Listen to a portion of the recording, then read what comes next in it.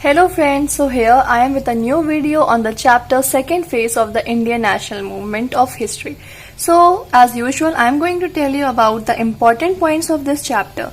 So please watch this video till the end, okay? So first is your introduction part. So this is important. These dates which I have highlighted, this is important, like partition of Bengal in 1905. This paragraph is for your MCQ part, and this date on July 20, 1905, this is important, and the provinces of Bengal, this too is important, like Bengal was a province, and what was the capital of that? It was Calcutta or Kolkata, and Eastern Bengal and Assam, it was Dhaka. And then this you have to learn that the province of Eastern Bengal was dominated by Bengali Muslims, and the province of Bengal was dominated by non-Bengali population. This is important. And then there's the scheme of partition of Bengal from means when it was actually implemented, it was October 16, 1905. Okay, then you have to learn causes of partition of Bengal.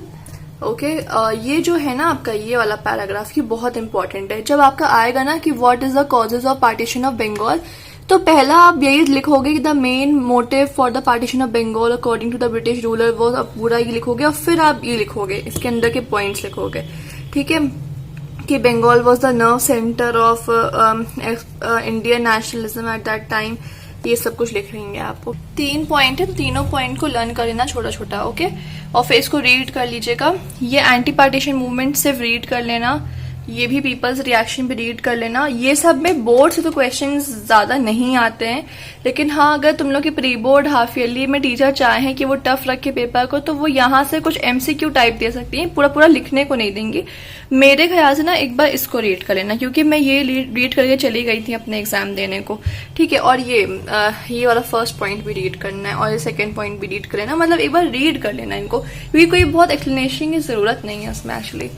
And then impact of the anti-partition movement, you just have to read this. Then Surat split of 1907, this is important, you have to read. देखिए मतलब मैं दिखा रही हूँ इसको, एक बार ना आप स्क्रीनशॉट लो जिनके पास ये बुक नहीं है. इतने इतने पॉइंट्स हो लर्न करके चले ही जाओ.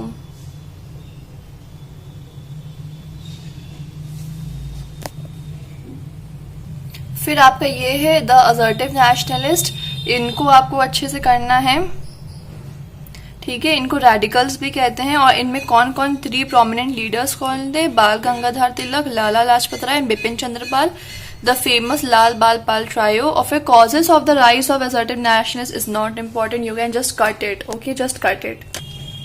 Then main objective of assertive nationalist, this is very important, very very important. Then methods of assertive nationalist, what methods they adopted, you know, so they were Swadeshi and boycott.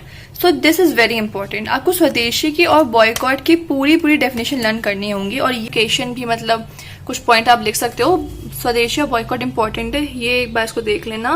फिर passive resistance, ये read करना, इसको पढ़ लेना. फिर revolution, इसको भी पढ़ लेना. कोई बहुत इंपॉर्टेंट तो मुझको ये लगा नहीं, क्योंकि मतलब क्वेश्चंस ऐसे आए नहीं है.